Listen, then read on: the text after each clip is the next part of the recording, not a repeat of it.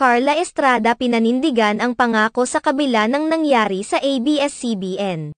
Ipinahayag ng celebrity mom na si Carla Estrada sa kanyang speech sa naganap na contract signing ng kanyang anak na si Daniel Padilla sa Star Magic, kung gaano siya ka-loyal sa ABS-CBN. Naging emosyonal si Carla Estrada sa kanyang naging speech noong February 12, 2024 kung saan una niyang binati ang kanyang anak sa muling pag-renew nito ng kontrata sa ABS-CBN. Kasunod nito ay inalala ni Carla Estrada ang kanilang pangako noon na kailanman ay hindi nila iiwan ang ABS-CBN. Ipinahayag din niya kung gaano siya kasaya sa muling pagpirma ni Daniel Padilla ng kontrata at ang pagtupad umano nito sa kanilang ipinagako noon na hindi nila iiwan ang ABS-CBN anuman ang pagdaanan nito.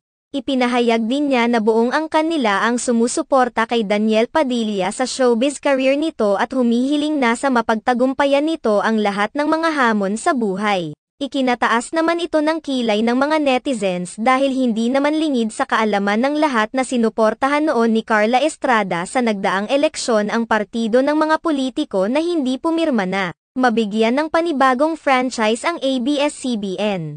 Ayon sa ilang mga netizens na talagang mga play safe sina Daniel Padilla at Carla Estrada dahil sumuporta ang mga ito sa magkaibang partido para kung sino man ang mananalo sa pagitan ng mga ito ay hindi pa rin sila magkakaroon ng problema.